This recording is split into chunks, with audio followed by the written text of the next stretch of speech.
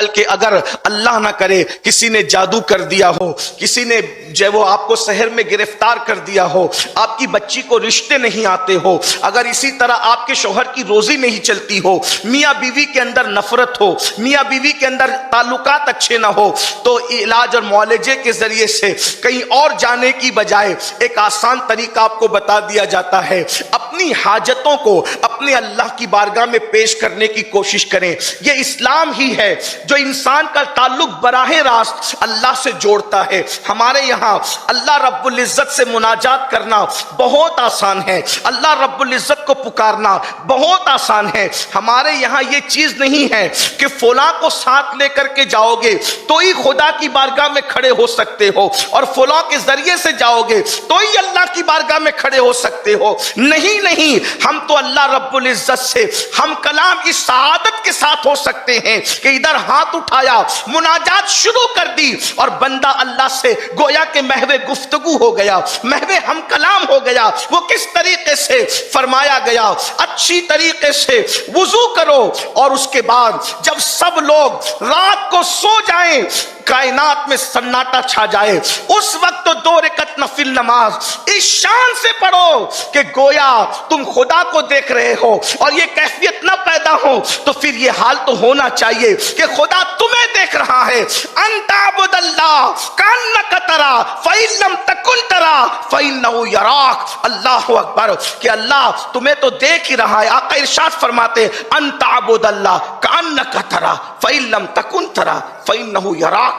گویا تم اللہ کو دیکھ رہے، اور یہ کیفیت نہیں ہوتی تو یہ سوچو کہ اللہ تمہیں دیکھ رہا ہے، اور وہ تو تمہیں دیکھ ہی رہا ہے۔ ہمارا رب ہماری شہرک سے زیادہ قریب ہے، نحن اقرب الیہ من حبل الورید۔ ہماری شہرک سے زیادہ قریب، ہم سے بڑھ کر خوش نصیب کون ہے کہ خدا ہماری شہرک سے زیادہ قریب ہے، اور اس کا محبوب ہماری جانوں سے زیادہ قریب ہے۔ النبی اولا بالمؤمنین من انفسہم، مومنوں کی جان سے زیادہ محبوب کو قریب کر دیا گیا ہے۔ فرمایا گیا جب رات کو سب سو جائیں اس وقت تو اچھی طرح وضو کرو، اور خلوص نیت کے ساتھ 2 رکعت نماز پڑھو، اور 2 رکعت نماز پڑھ کر اب اس کے محبوبوں کا وسیلہ، اور خاص طور پہ سارے محبوبوں میں سب سے عظیم محبوب سید المعصومین، سید المحبوبین مصطفیٰ جان رحمت کا وسیلہ پیش کر کے پہلے اپنے گناہوں سے معافی طلب کرو، اور اس کے بعد اس یقین سے اللہ کو پکارو کہ کوئی میری فریاد کو سن رہا ہے۔ کسی نے مجھ سے وعدہ کیا ہے ادعونی استجب لکم، مجھ سے مانگو میں تمہیں عطا کروں گا۔ اس یقین کے ساتھ سب کا وعدہ جھوٹا ہو سکتا ہے، رب کا وعدہ جھوٹا نہیں ہو سکتا، اور اس کے بعد پورے یقین سے محبوب کا وسیلہ دے کر کے مانگو۔ نہ ملے تو پھر کہنا ہمیں کسی اور دروازے پر جا کر ایمان کا سودا کرنے کی ضرورت نہیں ہے۔ آپ اپنے گھر میں مصلی پر بیٹھ کر اپنے اللہ سے فریاد کرنا سیکھو، اپنے اللہ سے مناجات کرنا سیکھو۔ ارے جس نے مانگا یقین کے ساتھ میرے اللہ نے عطا کیا۔ یہ بات جو تمہارے دل و دماغ میں بٹھائی گئی ہے کہ ہم تو گنہگار ہیں، ہماری دعا کیا قبول ہوگی، ہم تو گنہگار ہیں اور ہماری فریاد کیا قبول ہوگی، یہ غلط ہے۔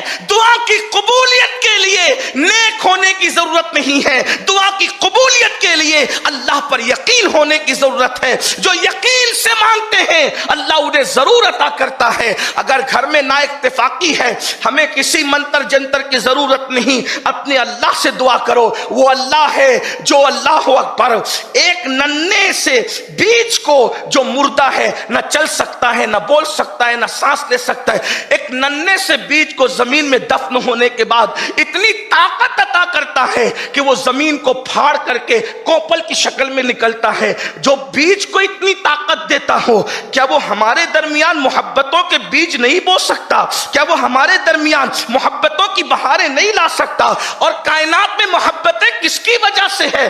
اسی کی مرضی سے ہے. اگر وہ چاہے تو ماں اور بچے میں محبت پیدا کر دے، اور وہ نہ چاہیں تو جنم دینے کے بعد بچے کو ماں ہاسپٹل میں پھینک کر کے بھاگ جاتی ہے. وہی ماں ہے، ایک جگہ ماں جان دے رہی ہے، دوسری جگہ پھینک کر کے بھاگ رہی ہے. تو یہ کس کا نظام ہے؟ یہ اسی کا نظام ہے. وہ چاہے تو اتنی ممتا پیدا کر دے کہ ماں اپنے بچے پہ سب کچھ قربان کر دے، اور اگر وہ چاہے تو اللہ رب العزت ممتا نہ پیدا کرے تو ماں خود بچے کی جان لینے کے لیے تیار ہو جاتی ہے. تو یہ سب اللہ کا نظام ہے. اللہ رب العزت محبتیں بھی پیدا کرتا ہے، وہ محبتیں اٹھاتا بھی ہے. اس لیے اگر نفرتوں کا ماحول ہے، اللہ سے فریاد کرو. بچیوں کو رشتے نہیں ہیں، اللہ سے فریاد کرو. بس شرط اتنی ہے، محبوب کو وسیلہ بنا کر. کسی نے بہت اچھی بات کہی تھی، دعا کر، دعا کر، خدا سے دعا کر، مگر مصطفیٰ کو وسیلہ بنا کر. حضور کو وسیلہ بنا کر مانگو گے سارے مسائل حل ہوتے نظر آئیں گے. حضور غوث پاک کو وسیلہ بنا کر مانگو گے سارے مسائل حل ہوتے نظر آئیں گے. حضور غریب نواز کو وسیلہ بناؤ گے سارے مسائل حل ہوں گے. لیکن اپنی فریاد اپنے اللہ کی بارگاہ میں رکھنا سیکھو. یقیناً آپ علماء سے، مشائخ سے، سادات سے سب سے دعا کی گزارش کرتے ہو، کرنا بھی چاہیے. لیکن اپنا مسئلہ اپنے اللہ کی بارگاہ میں جتنا گڑ گڑا کر ہم رکھ سکتے ہیں کوئی اور نہیں رکھ سکتا. دعائیں سب کی لینا چاہیے مگر خود بھی دعا کرنا چاہیے. اور ساری دعاؤں میں سب سے مقبول جو دعا ہے، قرآن کہتا ہے فَإِنَّ مَعَ الْعُسْرِ يُسْرًا إِنَّ مَعَ الْعُسْرِ يُسْرًا فَإِذَا فَرَغْتَ فَانْصَبْ وَإِلَىٰ رَبِّكَ فَارْغَب. ہر مصیبت کے بعد راحت ہے، اور بے شک ہر مصیبت کے بعد دوہری راحت ہے. شرط کیا ہے؟ فَإِذَا فَرَغْتَ فَانْصَبْ.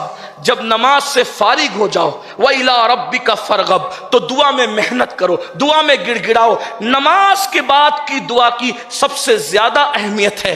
بلکہ جنہوں نے ایک صاحب تو ایسے تھے جن کی آنکھیں نہ تھی، نابینا ہو گئے تھے. انہوں نے اللہ کے رسول علیہ السلام سے عرض کی، یا رسول اللہ صلی اللہ علیہ وآلہ وسلم، میں چاہتا ہوں کہ مجھے آنکھیں مل جائے. اللہ کے حبیب علیہ السلام نے فرمایا کہ اگر صبر کرو تو جنت ہے. انہوں نے عرض کی، یا رسول اللہ صلی اللہ علیہ وآلہ وسلم، مجھے آنکھیں چاہیے. تو اللہ کے حبیب علیہ السلام نے طریقہ عطا فرمایا. ہمارا ایمان ہے اگر حضور علیہ السلام ہاتھ رکھ دیتے تو انہیں آنکھیں مل جاتی. جب حضرت عیسیٰ کے ہاتھ رکھنے سے اندھوں کو آنکھیں مل سکتی ہے تو جان عیسیٰ کی شان ہی جدا ہے. اللہ اکبر. بلکہ وہ مسیحا نہیں، جان مسیحا ہے. مگر میرے آقا نے ہمیں طریقہ عطا فرمایا. حضور جانتے تھے کہ قیامت تک کے لیے امت کو آنا ہے، سب کے لیے تو دست مصطفیٰ نصیب نہ ہوگا. تو حضور علیہ السلام نے قانون عطا فرما دیا. فرمایا اچھی طرح سے وضو کر، اور وضو کرنے کے بعد 2 رکعت نفل پڑھ، اور اس کے بعد پھر حضور نے اپنے وسیلے سے دعا کرنے کا حکم دیا. میرے آقا فرماتے یوں اللہ کو پکار، اللہم انی اسألک واتوجہ الیک بنبیک سیدنا محمد صلی اللہ علیہ وآلہ وسلم نبی الرحمہ، یا رسول اللہ انی توجہت الی ربک فی ھذی حاجتی لتقضی لی. اس طریقے سے، اور پھر اس کے بعد اپنی حاجت کو پیش کرنے کے بعد فشفع فی کہے، اور یوں آقا کریم صلی اللہ علیہ وسلم کا وسیلہ پیش کرے. وہ صحابی نے ایسا ہی کیا. جب انہوں نے کیا، اللہ نے ان کی آنکھوں کو روشن فرما دیا، ان کی آنکھیں روشن ہو گئی. اب یہ تو حضور نے ان کو بتایا تھا. حضرت عثمان غنی کے دور میں ایک صحابی تھے، وہ ان کی طرف حضرت عثمان غنی کی توجہ نہیں ہوتی تھی. تو ایک صاحب سے انہوں نے شکایت کی، یہ تو میری طرف توجہ ہی نہیں کرتے. تو انہوں نے یہی دعا اور یہی نماز ان کو سکھائی کہ نماز پڑھ کے یوں دعا کرو. انہوں نے جیسے ہی جو ہے اس طرح سے کیا، حضرت سیدنا عثمان غنی ان کی طرف متوجہ ہوئے. تو یہ اللہ کی بارگاہ کی طرف آؤ. اللہ رب العزت سے جو ہم دور ہو گئے، اللہ ہم سے قریب ہے، ہمیں اللہ سے قریب آنے کی ضرورت ہے. حضور ہم سے قریب ہے، ہمیں حضور سے قریب ہونے کی ضرورت ہے. اور یاد رکھنا، اسلام تو پھر ہمیں بہت بلندی پر لے جاتا ہے. تو اپنے مسائل کو اللہ کی بارگاہ میں